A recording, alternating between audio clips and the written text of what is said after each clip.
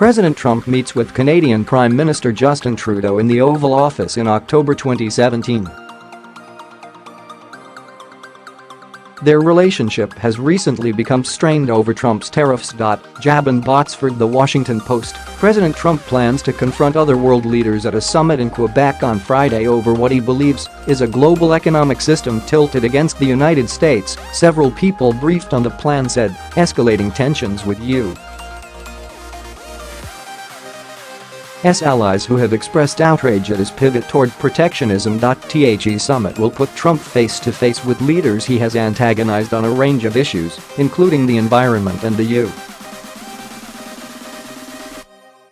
U.S. withdrawal last month from the international nuclear accord with Iran.But. The two-day meeting of the Group of Seven, which will bring together many of the world's leading economies in a picturesque Canadian mountain town, has crystallized into a showdown over trade after Trump's recent insistence on new barriers the other nations see as petty and insulting. Most of the other nations represented have a trade beef with Trump that is unlikely to be resolved at the summit, and for each of them the standoff is one more sign that the United States is pulling back from traditional global leadership roles. Trump imposes steel and aluminum tariffs on the E.U Canada and Mexico. The good news for him is the Mexicans won't be there, so that is one less country that he has to deal with over trade complaints, said William Reinsch, a trade specialist at the Center for Strategic and International Studies. The others are all mad at him. In a sign Trump is looking to stoke divisions, White House officials are discussing ways to impose additional economic penalties against Canada, the host nation for the summit, in retaliation for Ottawa's threat to levy tariffs next month on roughly $13 billion in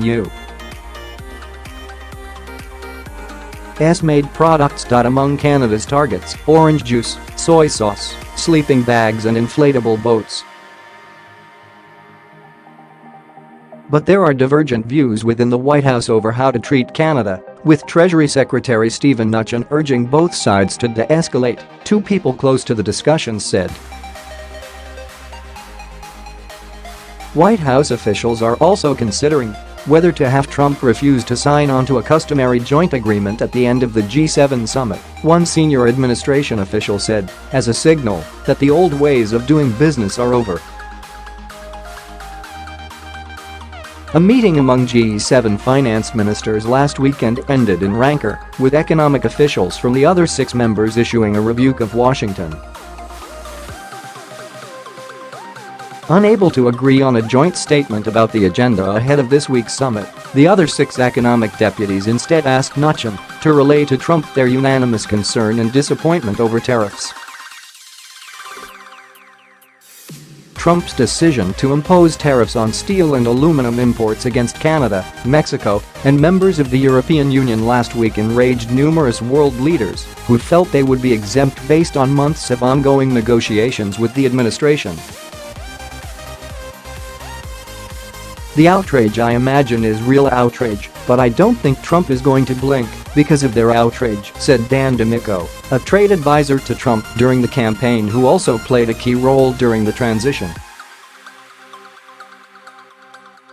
He is going to stand his ground because he knows what he's doing is right.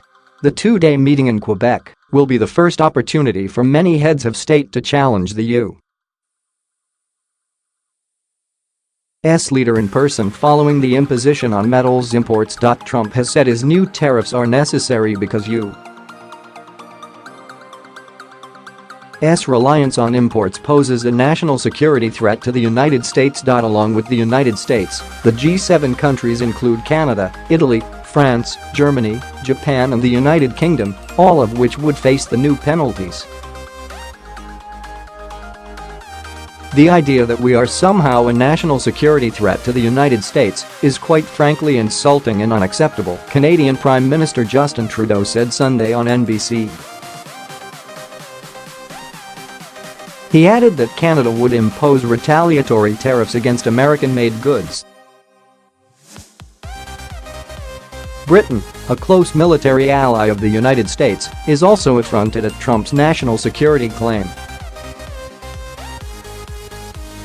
British trade officials have noted that a British steelmaker was selected 2 years ago to provide components for the next generation of U.S.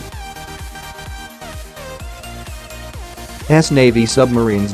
British Prime Minister Theresa May complained to Trump in a phone call Monday that U.S. tariffs on European steel and aluminum imports are unjustified and deeply disappointing, her office said.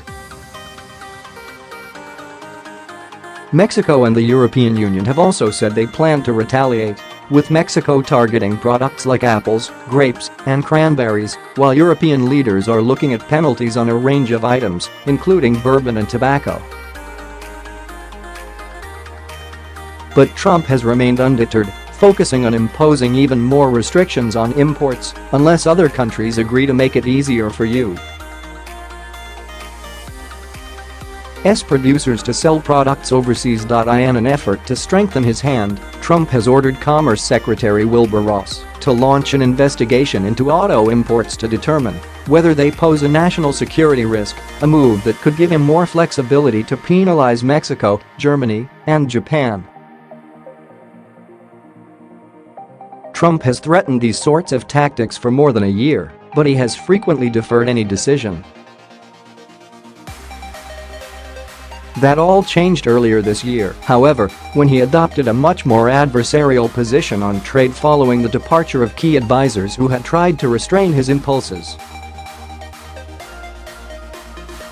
A number of foreign leaders scheduled to attend the G7 summit have invested a lot of time trying to dissuade Trump from implementing the America First approach he championed during the 2016 campaign. Trudeau and a number of his top advisors held frequent meetings with top U.S. officials, governors, and lawmakers, seeking to reinforce the long-standing economic and national security ties between the two countries. Trudeau even sat beside Trump's daughter Ivanka during a Broadway musical last year about how a Canadian town sheltered stranded American airline passengers following the September 11, 2001 terrorist attacks.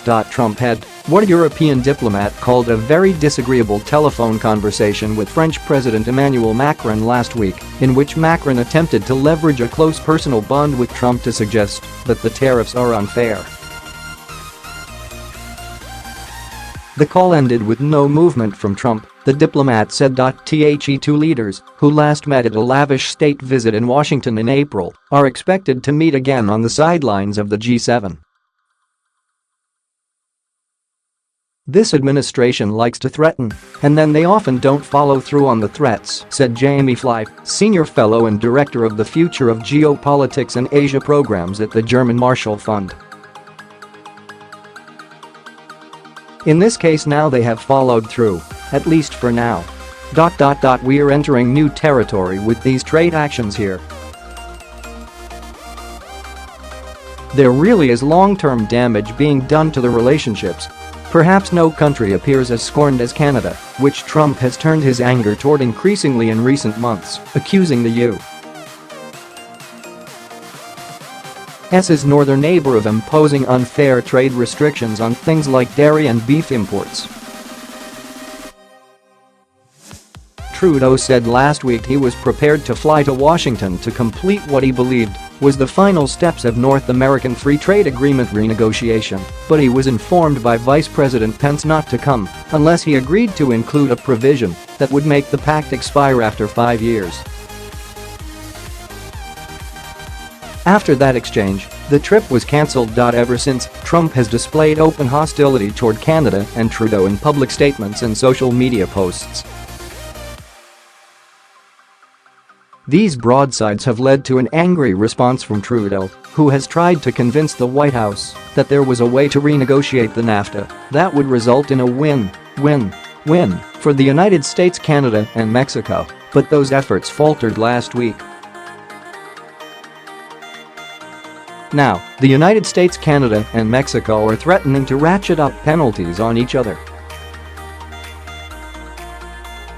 Trump aims to split up NAFTA negotiations, deal with Canada and Mexico separately. I think the government of Canada has very artfully turned the other cheek for multiple months, and I think they've just gotten to the point of saying, that isn't working, and so we have to show our spine as opposed to our cheek," said Gordon Giffen, who served as U.S.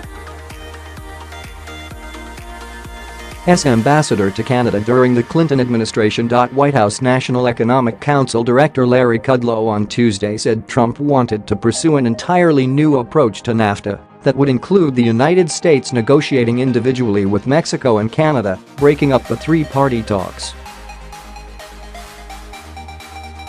Kudlow, speaking on the Fox and Friends television program, said he was hopeful the other countries at the G7 meeting would look for joint ways to improve global trade issues, but he said Trump would be undeterred if that was not the case.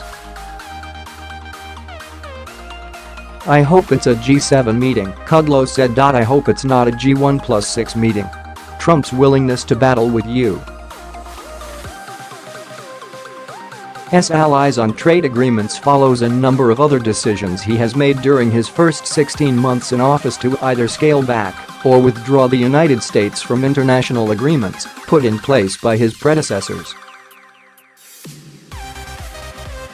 In one of his first acts as president, he announced the U.S.'s withdrawal from the Trans-Pacific Partnership, a trade deal with 12 Pacific Rim nations that the Obama administration had hoped would isolate China. In June 2017, Trump took steps to pull out of the Paris climate change agreement. Last month, he announced he was withdrawing from a multi-nation deal aimed at preventing Iran from developing nuclear weapons. This week's summit will be Trump's first meeting with the three big European powers that helped forge the Iran deal: Britain, France, and Germany, since he pulled out of the nuclear agreement. Those nations and others that have expanded trade with Iran since the deal was struck in 2015 and could now face U.S. sanctions. "We've isolated ourselves," said Nicholas Burns, a longtime U.S. diplomat and a professor of diplomacy and international relations at the Harvard Kennedy School of Government. "We've isolated ourselves on the climate change agreement. We've isolated ourselves on Iran, and we've isolated ourselves now on trade."